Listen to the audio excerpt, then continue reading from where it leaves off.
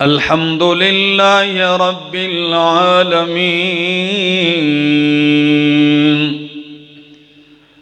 वल आक़िबतु लिल मुत्तक़ीन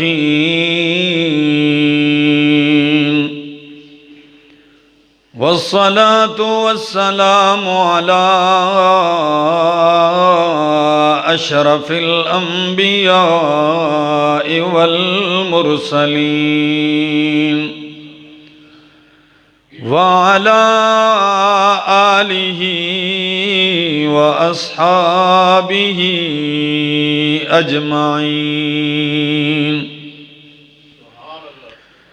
अम्मा बअदु फ़अऊज़ु बिल्लाहि मिनश शैतानिर रजीम।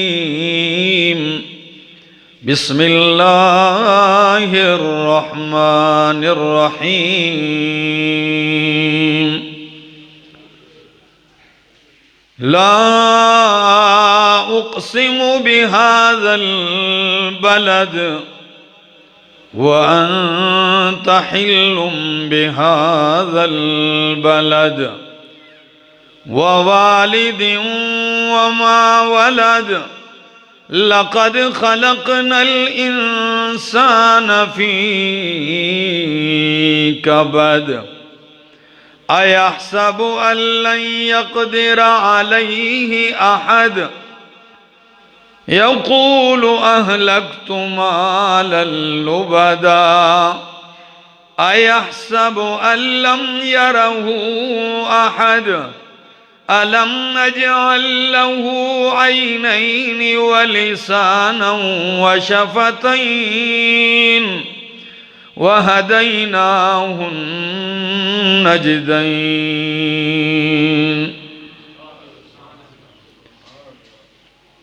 सुब्हान रब्बिका रब्बिल इज़्ज़ति अम्मा यसिफून व सलामुन अलल मुरसलीन वल्हम्दुलिल्लाहि रब्बिल आलमीन।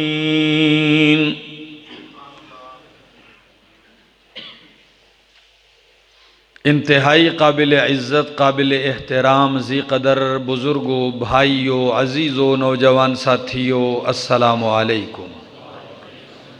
दुआ और इल्तिजा है दरबार इलाही के अंदर अल्लाह मुझे हक़ सच कह सकने समझा सकने की तौफ़ीक़ नसीब फ़रमाए और बाद अज़ां मुझे और आप सबको अमल की भी तौफ़ीक़ नसीब फ़रमाए।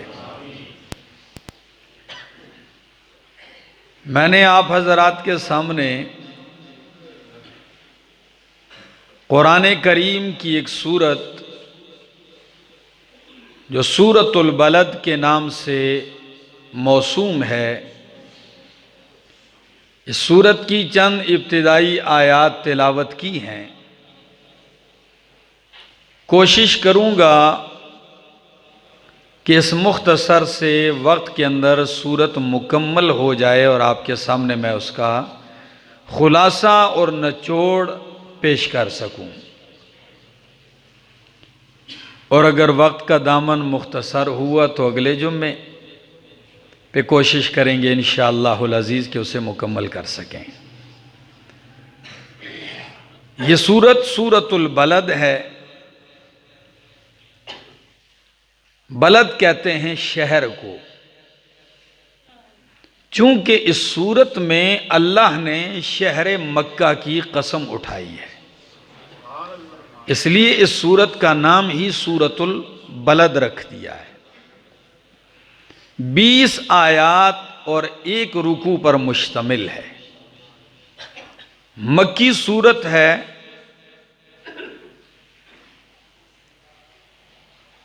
एक अजीब सा अंदाज है इस सूरत का। कुरान करीम की जितनी भी सूरतें हैं 114 सूरतें, हर सूरत का एक दावा होता है और उस दावे को साबित करने के लिए उस सूरत में अल्लाह मुख्तलिफ दलाइल पेश करते हैं।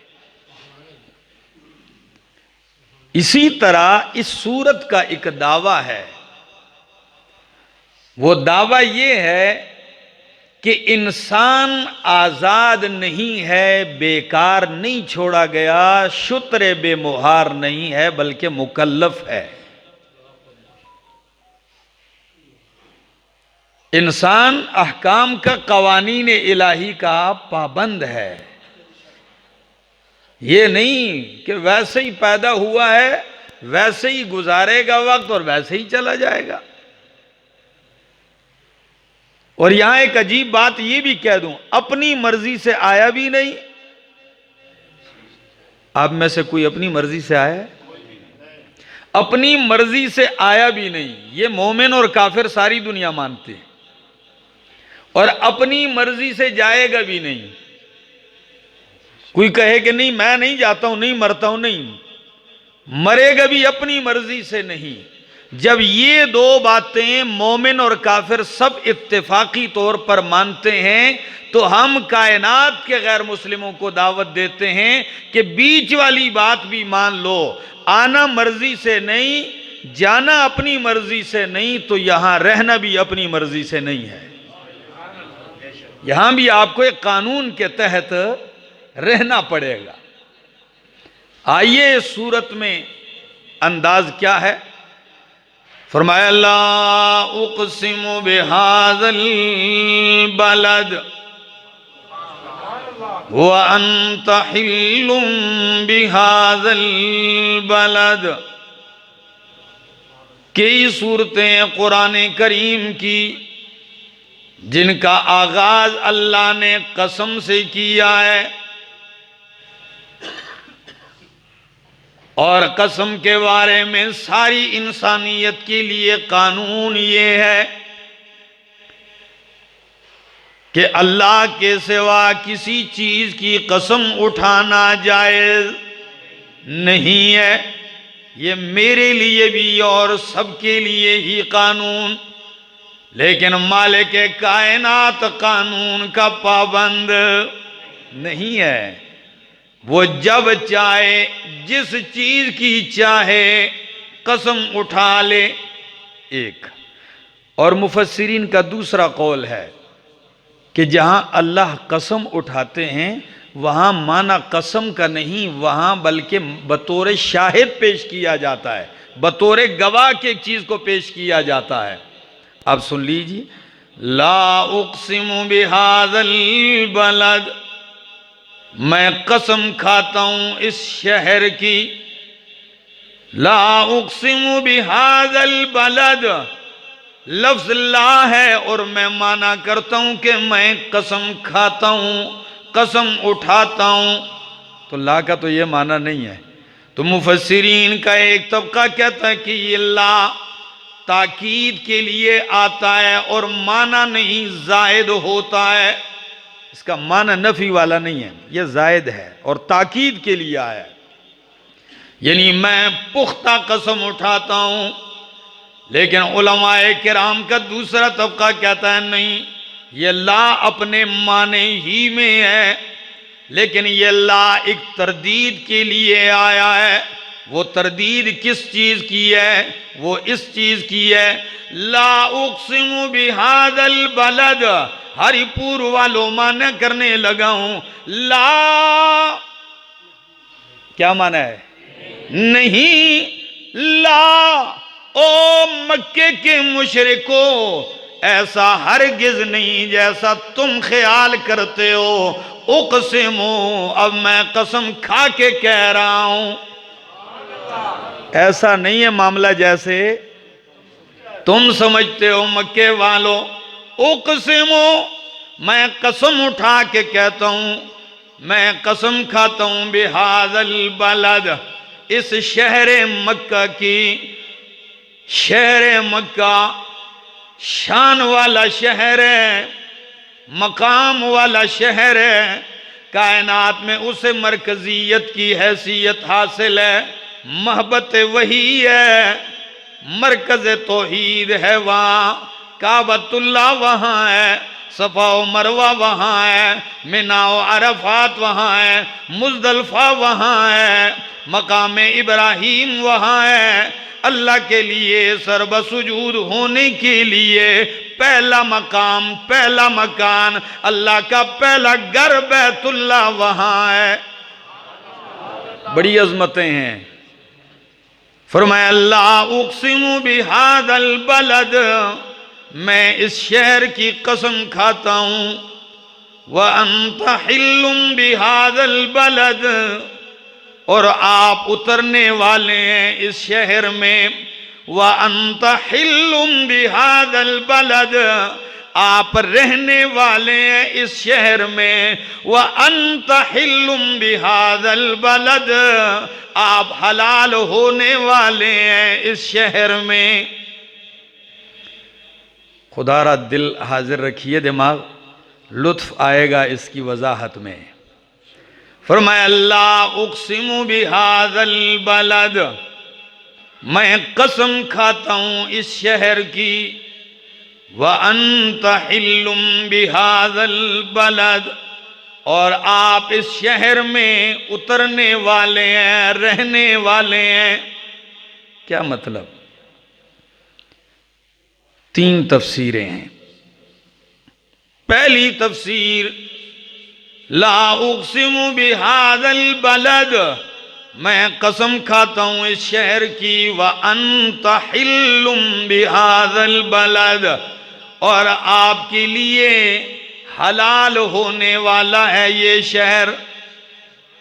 यानी आज से पहले किसी के लिए इसमें लड़ाई हलाल नहीं हुई, आपके बाद भी कयामत तक के लिए इसमें लड़ना किसी के लिए हलाल नहीं होगा। वो पहली शख्सियत आप हैं कि जिनके लिए अनकरीब फतह मक्का के मौका पर लड़ना हलाल हो जाएगा। और ये हुआ जब फातिह मक्का बन के अल्लाह के पाक पैगंबर सल्लल्लाहु ताला अलैहि वसल्लम तशरीफ़ ला रहे थे, तो तुलुए फजर से लेकर असर तक ये जो दौरानिया है, इसमें आपके लिए क़िताल को हलाल कर दिया गया था कि आप जब फतह करेंगे तो हो सकता है कि आपसे टकराव की सूरत इख्तियार करे, और कुछ झड़पें हुई भी हैं वहाँ। और याद रखिए ये भी हलाल होने में कि अल्लाह के पाक पैगंबर सल्लल्लाहु अलैहि वसल्लम ने फरमाया तमाम अहले मक्का को अमन है, आज सबको मैंने माफ कर दिया, सिवाय चंद आदमी हैं कि उनका कत्ल आज भी हलाल है, जो गुस्ताखान मुस्तफ़ा थे सल्लल्लाहु अलैहि वसल्लम, जो अल्लाह के पाक पैगंबर की गुस्ताखियों में हद दर्जा आगे बढ़ चुके थे। फरमाया उनको नहीं छोड़ना, अगर पाओ, जहां भी पाओ उन्हें कत्ल कर दो, यहां तक कि अगर गिलाफ काबा से उनको चिमटा हुआ पाओ तब भी कत्ल कर दो। तो अब इसका यहां मतलब क्या है? ये पेशनगोई है, सूरत मक्की है, और इशारा किया जा रहा है फतह मक्का के दौर की तरफ जो 8 साल बाद होने वाला है। यानी इशारा कर दिया मेरा पाक पैगंबर, आज तो आपको निकाला जा रहा है बड़े दर्द और गम के साथ कि आपकी आंखों से आंसू जारी हैं। नबी करीम हिजरत की रात यूं काबे की तरफ देखते हुए रोते हैं और आंखों से आंसू जारी हैं, और क्या कहते हैं? ओ मक्का, ओ काबा, तू शान वाला शहर है, अगर तेरे रहने वाले मुझे निकालने पे मजबूर ना करते मैं तुझे छोड़ के कभी भी ना जाता। फरमाया मेरे पैगंबर आज तो आपको इस हालत में निकाला जा रहा है, लेकिन मैं इसी शहर की कसम उठा के कहता हूं कि अनकरीब तू फाते बन के आने वाला है। अल्लाहु अकबर। व अंत हिल्लुम बिहादल बलद, और दूसरी तफसीर ला उक़सिमु बिहादल बलद, मैं कसम खाता हूं इस शहर की, व अंत हिल्लुम बिहादल बलद, और आप उतरने वाले हैं इस शहर के अंदर। वो दूसरी तफसीर भी बड़ी अजीब है कि मेरे पाक पैगंबर मैं कसम खाता हूं, क्यों खाता हूं, वजह बयान की जा रही है। क्या बयान की जा रही? वजह।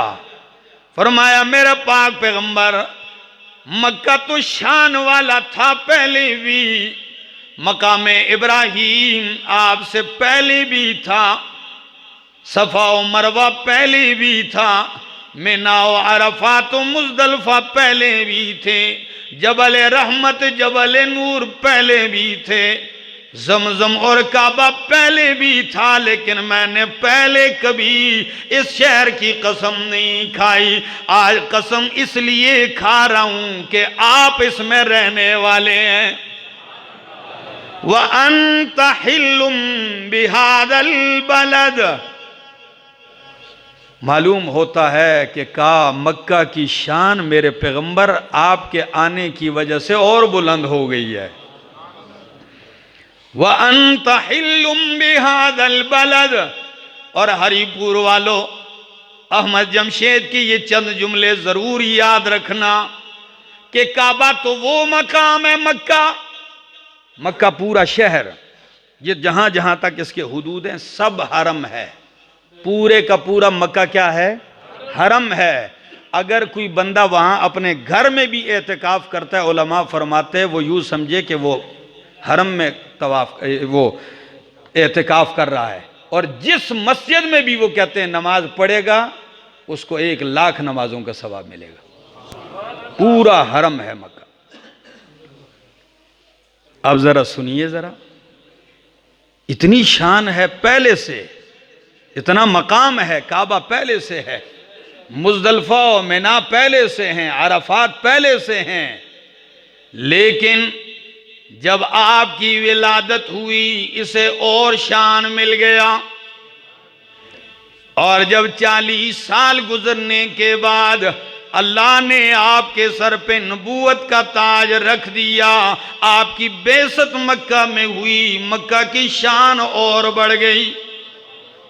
और जब आप फातेह बन के आए, मदीना से फातेह बन के आए, मक्का की शान और बढ़ गई।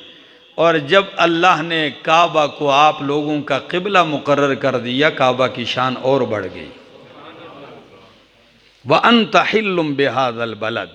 मेरे पैगंबर कसम इसलिए उठा रहा हूं इस हरम शहर मक्का की कि आप इसमें उतरने वाले हैं। यकीन कीजिए निस्बत मुस्तफ़ा से मकान भी अजीम हो गया है। इसीलिए किसी अरबी शायर ने कहा, और क्या ही खूब कहा, व मन यकुम बिरसूलिल्लाहि निस्बतुहु, व मन यकुम बिरसूलिल्लाहि निस्बतुहु तहफजुहुल उसूद व तहदीह सोबानु। जिसकी निस्बत मेरे मोहम्मद से हो गई, तहफजुहुल उसूद, मेरे नबी के सहाबा अफ्रीका के जंगल में है, दरिंदे का काम होता है खाना, चीरना, फाड़ना, लेकिन निस्बत मुस्तफ़ा की वजह से वही दरिंदे मेरे मोहम्मद के गुलामों के मुहाफिज बन गए। व मन यकुम बिरसूलिल्लाहि निस्बतुहु तहफजुहुल उसूद व तहदीह सोबानु। सांप का काम है डसना, लेकिन निस्बत की वजह से वही सांप रास्ता दिखाने लग गए। तो आपकी वजह से मक्के को शान मिल गई, मकाम मिल गया। और तीसरी तफसीर करने लगा हूं, बहुत ही अजीब है, बहुत अजीब है। फरमाया ला उक़सिमु बिहाज़ल बलद, मैं इस शहर की कसम खाता हूं। व अंत हिल्लुम बिहाज़ल बलद। हरिपुर वालों दर्द सुनिए, शिकवा सुनिए मालिक कायनात का। फरमाया मेरा पाक पैगंबर, मैं इस शहर मक्का की कसम खाता हूं कि ये इतना अजीम शहर है, इतना हुर्मत वाला शहर है कि यहाँ दरिंदे को भी नहीं मारा जाता, यहाँ परिंदे को भी नहीं मारा जाता, यहाँ घास भी नहीं काटी जाती, यहाँ के हैवान की भी इज्जत की जाती है, उसकी भी तौहीन नहीं की जाती है। लेकिन ताज्जुब की बात है, जिस शहर में हैवान का मारना तो जुर्म हो, जिस शहर में दरिंदे को मारना जुर्म हो, उसी शहर में मेरे महबूब को मारना कहाँ रवा हो सकता है? उस शहर में मेरे पैगंबर को पत्थर मारे जाते हैं। मक्के वालों, ये तुम भी इतना एहतराम करते हो इस शहर का कि यहां के दरिंदों को भी कुछ नहीं कहते हो, लेकिन सैयदुल बशर इमाम कायनात को तुम पत्थर मारने को रवा समझते हो, उनकी कत्ल की साजिशें रवा समझते हो। ये कहाँ का इंसाफ है? ये कहाँ की दानिशमंदी है? ये कहाँ की अक्लमंदी है? ये कौन सा इंसाफ है? अल्लाह अकबर। मेरा पाक पैगंबर के इतना हुर्मत वाला शहर है कि डाकू भी दाखिल होते हैं, अमन पा जाते हैं। वह मन दखलहू काना आमिना, जो दाखिल हो गया अमन में हो गया। लेकिन जो यहाँ पैदा हुआ है उसकी कत्ल की तदबीरें की जा रही हैं। ये अजीब बात है। वह अंत हिल्लुम बिहादल बलद, इसलिए तीसरा माना ये होगा, आप हलाल समझे जाने वाले हैं इस शहर में। आपकी तौहीन, आपको कत्ल करना, आपको पत्थर मारना इन्होंने क्या समझ रखा है? हलाल समझ रखा है। ये कहाँ का इंसाफ है? आपके साथियों को कत्ल करना। इस्लाम की पहली शहीदा हजरत सुमैया हरम ही में तो कत्ल की गई थी, हरम ही में तो उनको दो टुकड़े किया गया था। ला उक़सिमु बिहादल बलद व अंत हिल्लुम बिहादल बलद व वालिदिन व मा वलद, कसम वालिद की, व मा वलद, कसम उसकी जो उसने जना है, यानी वालिद की कसम, मौलूद की कसम। लक़द खलक़नल इंसान फी कबद, इतनी कस्में उठाने के बाद जवाब कसम क्या है? लक़द खलक़नल इंसान फी कबद, अलबत्ता तहकीक हमने इंसान को मुशक्कत में, मेहनत में, तकलीफ में पैदा किया है। व वालिदिन व मा वलद, कौन सा वालिद और कौन सा वलद मुराद है? मुफस्सिरीन ने कई तौजीहात की, एक ही है। व वालिदिन कसम आदम की, व मा वलद सारी इंसानियत की। एक व वालिदिन कसम इब्राहिम खलीलुल्लाह की, व मा वलद, और जो उन्होंने जना इस्माईल अलैहिस्सलाम और उनकी नस्ल में मेरे पाक पैगंबर सल्लल्लाहु अलैहि वसल्लम। ये सारी बातें गवाह हैं कि इंसान मुशक्कत में पैदा है। किसमें? यानी ये शहर भी गवाह है कि कितनी मुशक्कत में यहाँ आबादी हुई है। और इस शहर के अंदर पहले आबाद होने वाले इंसान इब्राहीम खलीलुल्लाह और उनके फर्जंद इस्माईल ज़बीहुल्लाह, उनकी तकलीफ़ें, अम्मा हाजरा की तड़प और मुश्किलात, उनका ये तड़पना, ये गवाह है कि लक़द खलक़नल इंसान फ़ी कबद, कि हमने इंसान को तकलीफ में पैदा किया है। इंसान आज़ाद नहीं, राहत के लिए पैदा ही नहीं, तकलीफ के लिए है। इस दुनिया में जो पैदा किया है राहत के लिए, राहत की जगह यहाँ नहीं है। अगर कोई ढूंढना चाहे तो नहीं ढूंढ सकता, ये पक्की बात है, कुरान से साबित है। अब आप कहेंगे कि कैसे राहत नहीं है? अब जरा सुनिए। ववालिदिन व मा वलद, बाप से पूछिए औलाद के पैदा होने के लिए औलाद की तलब में कितनी मेहनत कितनी तकलीफ उठाता है। माँ से पूछिए, बच्चे को पेट में 11 माह 9 माह या ऐसे ऊपर उठाती है, कितनी तकलीफ है। फिर जन्ने की कितनी तकलीफ, फिर दूध पिलाने की तकलीफ, खुद बच्चे को तकलीफ, और फिर पढ़ता है तालीम तकलीफ, तरबियत तकलीफ, अहकामात इलाहिया, ये सारी पाबंदियां हैं। हत्ता के मौत तक किसी न किसी मुशक्कत में है। अगर कोई गरीब है तो उसे कमाने की तकलीफ है, अगर मालिक ने किसी को ज्यादा दे दिया तो उसकी हिफाजत करना तकलीफ है। किसी न किसी दर्जे में बंदा क्या है, तकलीफ में है। कोई अगर सड़क के किनारे सो रहा नहीं पाता और तकलीफ में है, तो कोई मलमल के बेड के ऊपर भी तकलीफ में है, उसको भी नींद नहीं आ रही। बहरहाल किसी न किसी मुशक्कत में लाजमी है, ये बात याद रख लीजिए। और अगर आप चाहें कि बिल्कुल ही राहत हो, कोई तकलीफ ये नहीं हो सकता।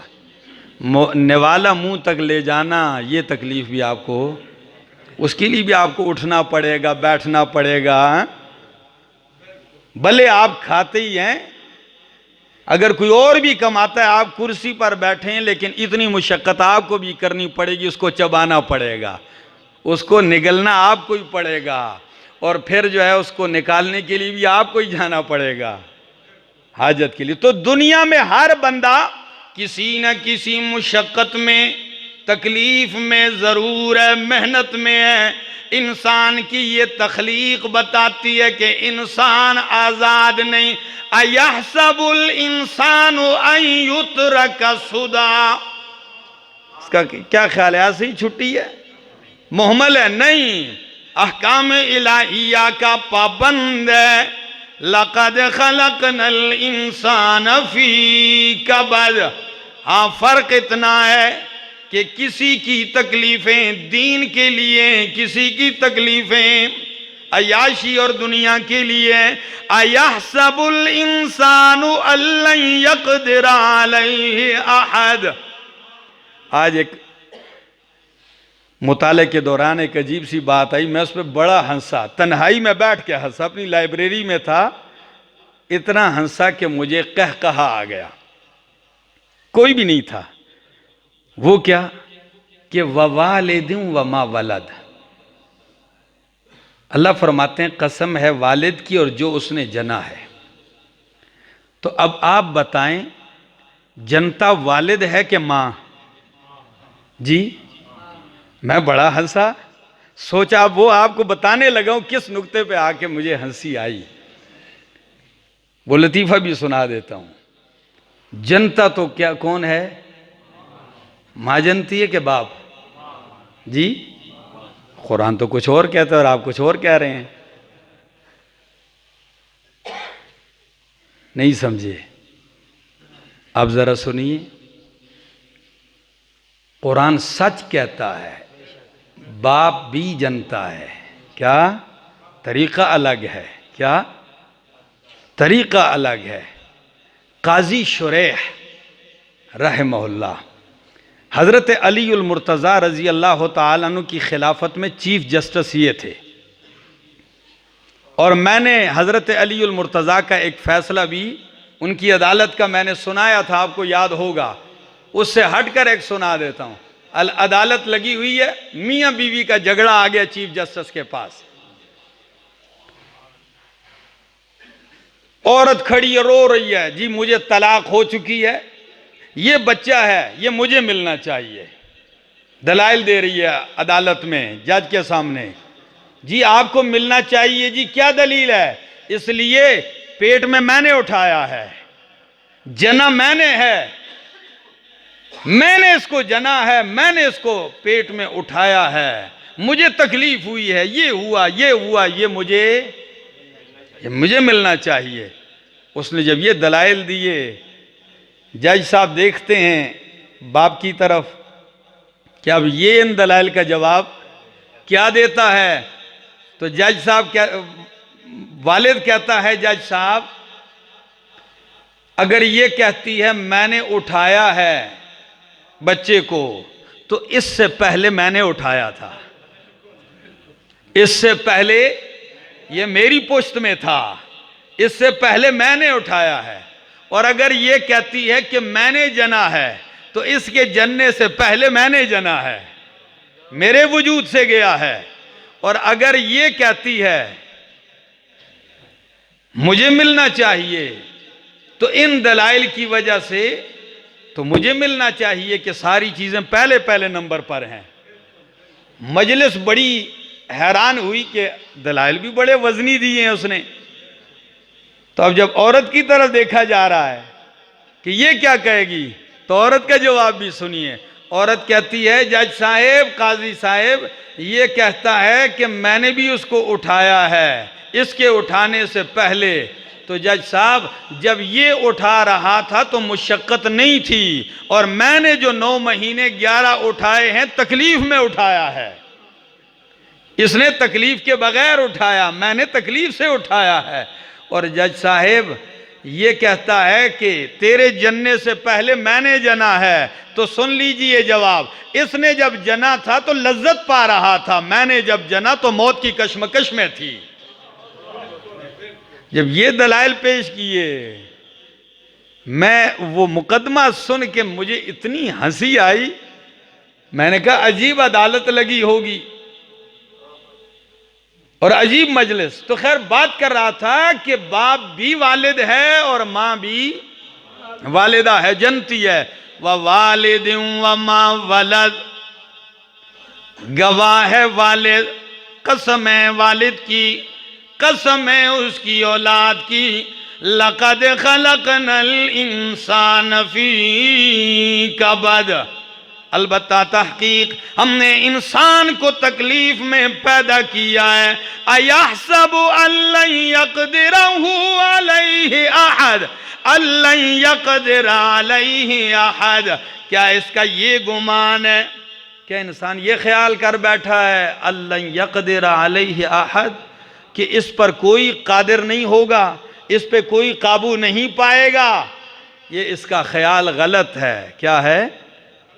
ज़ाहिर बात है, इंसान थोड़ा सा मज़े में आता है ना जब अय्याशी में, तो ये समझता है अब मैं किसी गिरफ्त में आने वाला, अब मुझे कौन पकड़ सकता है। तो अल्लाह फरमाते हैं अयहसबु अल्लन यक़दिर अलैहि अहद, क्या ये ख्याल करता है कि कोई इस पर कुदरत पाने वाला नहीं है। और ये मस्ती में आके यूं भी कहता है यक़ूलु अहलक्तु मालन लुबदा। हिज़्बुल्लाह साहिब क्या कहता है? यक़ूलु अहलक्तु मालन लुबदा, कहता है मैंने बहुत सारा माल हलाक किया है। और जी बादशाह, हमने बड़ा माल उड़ाया है। अनफक़्तु का लफ्ज़ नहीं इस्तेमाल किया क्योंकि मस्त है ना, अय्याशी में आ गया है। तो अनफक़्तु मालन नहीं कहा, बल्कि क्या कहा? अहलक्तु। ओ बादशाह, हमारे क्या कहने, हमने बड़ा माल हलाक किया है, बड़ा लुटाया है, बड़ा उड़ाया है। हमने तो बड़ा माल लुटाया है, हम ये करते रहे, ये करते रहे। यक़ूलु अहलक्तु मालन लुबदा, मैंने बड़ा माल लुटाया है।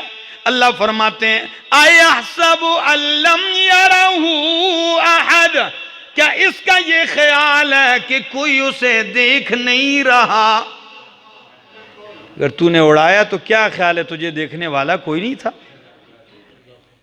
या तू कोई कर रहा है अय्याशी और जुर्म गुनाह कर रहा है, तेरा क्या ख्याल है कि तुझे कोई देखने वाला नहीं है। अयहसबु अल्लम यरहु अहद, नबी करीम सल्लल्लाहु ताला अलैहि वसल्लम ने फरमाया जब किसी बंदे से गुनाह हुए हों, छुप कर किए हों, अल्लाह ने पर्दा डाल दिया हो, तो उसे नहीं चाहिए कि लोगों के सामने मजलिस में बयान करके अपना पर्दा खुद चाक करके लोगों को गवाह बनाए। बादशाह, जब आपसे गलती हो गई तो आप मजलिस में बैठ के फख्र से उसको क्यों गिनवाते हो? जब उस मालिक के कायनात ने पर्दा डाल दिया था तो आपको भी चाहिए अपने ऊपर क्या डालें, गवाह ना बनाएं। क्यों, फायदा क्या होगा, इसका एक फायदा बताने लगा हूं। मालिक का एक कानून है, जब जुर्म हुआ पर्दे में हुआ, हो गए, इंसान है, गलतियां हुआ, आपने, अल्लाह ने पर्दा डाला, आपने उसको उसी पर्दे में रखा।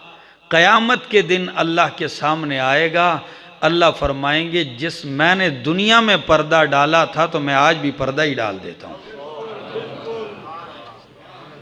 जब मैंने वहां पर्दा डाला था तो मैं आज भी, तो जब पर्दा पड़ा हो तो पड़ा रहने दे दीजिए। अपने गुनाहों को लोगों के सामने जिक्र करके दूसरों को अपने गुनाह का गवाह बनाने की जरूरत नहीं है। तो फरमाया अयहसबु अल्लम यरहु अहद, क्या इसका ये गुमान है कि कोई उसे नहीं देख रहा? ना, तेरा ये गुमान गलत है। क्यों? अलम नजअल लहू ऐनैन व लिसानन व शफतैन। फिर मेरे इस रब्त को भी सुनिए, जोड़ क्या है? ओ इंसान, तू जुर्म करता है, गुनाह करता है, माल अयाशी में उड़ाता है, और तेरा ये ख्याल है कोई पकड़ने वाला, कोई कादिर नहीं है, कोई देखने वाला नहीं है। फरमाया ये ख्याल गलत है। अलम नजअल लहू ऐनैन, क्या मैंने तेरे लिए दो आंखें नहीं बनाई? क्या मैंने तेरे लिए दो होंठ और जबान नहीं बनाई? जोड़ क्या है? हरिपुर वालों जोड़ सुनिए, सुभान अल्लाह कहना। अल्लाह फरमाते मेरा बंदा, तूने गुमान किया कि कोई नहीं देख रहा, क्या मैंने तेरे लिए आंखें नहीं बनाई, जुबान और होंठ नहीं बनाए? रबत ये है कि जो जात तुझे देखने के लिए आंखें देख सकता है तो वो खुद कैसे नहीं देखेगा? तुझे देखने के लिए आंखें दी हैं तो खुद नहीं देख रहा होगा क्या? अगली सुन जरा, तुझे बोलने के लिए जुबान दिए, होंठ दिए हैं, तो क्या तुझसे नहीं पूछ सकेगा? तुझसे पूछने की जरूरत नहीं कर सकेगा। जिस तरह वो देखने के लिए आंखें देता है, खुद भी देख रहा है। ये नहीं कि आपको तो देखने के लिए आंखें दे और खुद ना देख सके, आपको तो बोलने और पूछने के लिए जुबान और होंठ दे और खुद पूछ ना सके। ये गलत ख्याल है। हाँ, ये उसकी बुर्दबारी है कि वो डील देता है। क्या डील देता है? और इस पे मगरूर नहीं होना चाहिए। तू मशो मगरूर बर हिल्म खुदा, तू मशो मगरूर बर हिल्म खुदा, देर गिरद सख्त गिरद मरतुरा। अल्लाह की बुर्दबारी पे मगरूर ना हो। वो देर से पकड़ता है पर सख्त पकड़ता है। ओ वस्ते सुल्तान हर चिख्वाहद आकुनद, आलम मेरा दर्द में वीरा कुनद। वो तो ऐसा बादशाह है, जब चाहता है कुछ जो चाहे कर देता है, लम्हों में जहान वीरान कर देता है। अलम नजअल लहू ऐनैन व लिसानन व शफतैन व हदैनाहु नजदैन। हमने इंसान को दोनों रास्ते बताए, नेकी का भी और बुराई का भी, दोनों सामने कर दिए। ये ऊपर की एक बात से एक जुमला मुझे और भी याद आ गया, सुना दूं। बुखारी शरीफ अहादीस की मुस्तनद तरीन किताब है, जिसे इमाम बुखारी रहमहुल्लाह ने 16 साल लगा के लिखा है। अल्लाह अकबर। और इन 16 सालों में जब भी नबी की हदीस इमाम बुखारी ने लिखी है, हर हदीस के लिए गुस्ल किया है और 2 रकत पढ़ी हैं। नबी की ज़ुबान मुक़द्दस से निकले हुए जुमले लिखने के लिए गुस्ल भी किया और 2 रकतें भी पढ़ी। जब बंदा इतनी पाकीज़गी और इतने खुलूस से लिखे, फिर मालिक क्यों कबूलियत ना दे, क्यों मकाम ना दे। तो इस बुखारी की शरह लिखने वाले जो हैं नामवर इमाम इब्ने हजर अस्कलानी रहमहुल्लाह, अल्लाह ने उनको बड़ी दौलत दी थी, मालदार आलिम थे। और आजकल के दौर में अगर कोई आलिम मालदार हो जाए तो लोगों को बुरा लगता है। बाकी सारी दुनिया कारोबार करे, लोग कहते हैं ठीक है। अगर कोई मौलाना साहब इमाम और ख़तीब कोई दुकान खोल के नौकरी करे, ओ जी छोड़ो, लालची हो गया है, ये दुनियादार हो गया। दुनियादार नहीं। जब से लोगों ने इस चीज़ को बुरा समझा है तो वो खुद कारोबार तो नहीं करता। अब वो जब कारोबार छोड़ गया तो अब वो आपकी जेब पे नजर रखता है। कारोबार करे वो तब बुरा, तो अब वो उसने क्या शुरू कर दिया है, आप लोगों की जेबों पे नजर। अगर आप कोई बगल को खुरचने की कोशिश करें तो वो बेचारा देखता है पैसे तो नहीं निकाल रहा कहीं। तो ये तो हुआ, आलिम को तो खुददार होना चाहिए, क्या मेहनत करे, कमाए। इमाम अबू हनीफा रहमहुल्लाह कपड़े का कारोबार करते थे। इमाम अबू बकर जस्सास, जो जस्सास का माना क्या है, चूना बेचने वाले, साथ लगाया। इमाम हलवानी, हलवा की दुकान, जलेबियों की दुकान चलाते थे, वक्त के इमाम गुजरे हैं। इसी तरह बहुत से उलमा में किसी का नाम आता है अस्साल, शहद बेचा करते थे। लेकिन अफसोस है, तो इमाम इब्ने हजर अस्कलानी रहमहुल्लाह जब किसी टूर पे निकलते थे ना अपनी टीम के साथ, तालिब इल्मों के साथ, उनकी टीम यही थी ना, तुलबा जो अहादीस पढ़ने आए, तो इमाम इब्ने हजर अस्कलानी की आदत थी, मालदार थे, सबको नए सूट लेके देते थे, पहनो भाई। अल्लाह अकबर। उस्ताद भी बेहतरीन लिबास में और शागिर्द भी बेहतरीन लिबास पहना। अब जब वो चलना शुरू करते तो गुजरते गुजरते उन्होंने देखा कि एक चर्च में एक ईसाई पादरी भी बैठा है। चर्च में ईसाई पादरी भी बैठा है, ओ मैला कुचैला, गला सड़ा हुआ, बुरा हाल किया हुआ उसने अपना। तो जब उसने इमाम इब्ने हजर की ये शान और शौकत देखी तो बाहर आया, कहने लगा इमाम साहब, फरमाए जी आपके नबी की हदीस है। अब उस काफिर का इस्तेदलाल सुनिए, कहते हैं आपके नबी की हदीस है, अद्दुनिया सिजनुल मुमिन व जन्नतुल काफिर। दुनिया मोमिन के लिए कैद खाना है, जेल खाना है, और काफिर के लिए। तो अब मुझे बताइए कि कैद खाना मेरे लिए है कि आपके लिए? नहीं समझे? कहा लगता तो यूं है कि कैद खाना मेरे लिए है, और जिस पोजीशन में आप हैं तो लगता है आपके लिए जन्नत बन चुकी है। तो मालूम होता है कि हक पर मैं हूं, बातिल पर, हालांकि आप काफिर मुझे कहते मोमिन खुद बने हुए हैं। जवाब तो सुनिए फिर सुभान अल्लाह कहना। फरमाया आप हदीस समझे नहीं, ये मेरे नबी का फरमान है, मैं समझता हूं। फरमाया सच फरमाया अल्लाह के पाक पैगंबर ने, दुनिया मोमिन के लिए जेल खाना है, काफिर के लिए जन्नत है। सुनो काफिरा, सुनो पादरिया, अगर तुझे पता चल जाए कि मरने के बाद तेरे लिए रब ने क्या तैयार कर रखा है, जो अजाब, जो तकलीफें, तू वाकई कहेगा कि दुनिया मेरे लिए जन्नत है, और मरने के बाद जो रब ने मेरे लिए जन्नत तैयार कर रखी है उसको देखेगा, तू वाकई कहेगा कि दुनिया तो आपके लिए जेल खाना था।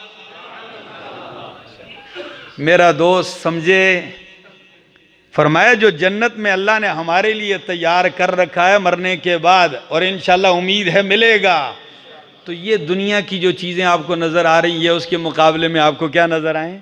ये जेल खाना ही नज़र आए, हम जेल ही में नज़र आए। और तुम्हारे लिए जो उधर हथौड़े तैयार हैं ना, तो अगर उनको देखा जाए तो तुम्हारे लिए दुनिया क्या नज़र आ रही है? जन्नत ही नज़र आ रही है। तो फरमाए इंसान तकलीफ़ में है, मुशक्क़त में पैदा किया गया है, ये मुशक्क़तें भी उठाएगा, तकलीफ़ें भी उठाएगा और उठानी चाहिए भी। वक्त का दामन कम है, बाकी तफसील इंशाअल्लाह अगले जुमे यहाँ से आगे जाएंगे। अल्लाह से दुआ है अल्लाह अमल की तौफ़ीक़ अता फ़रमाए।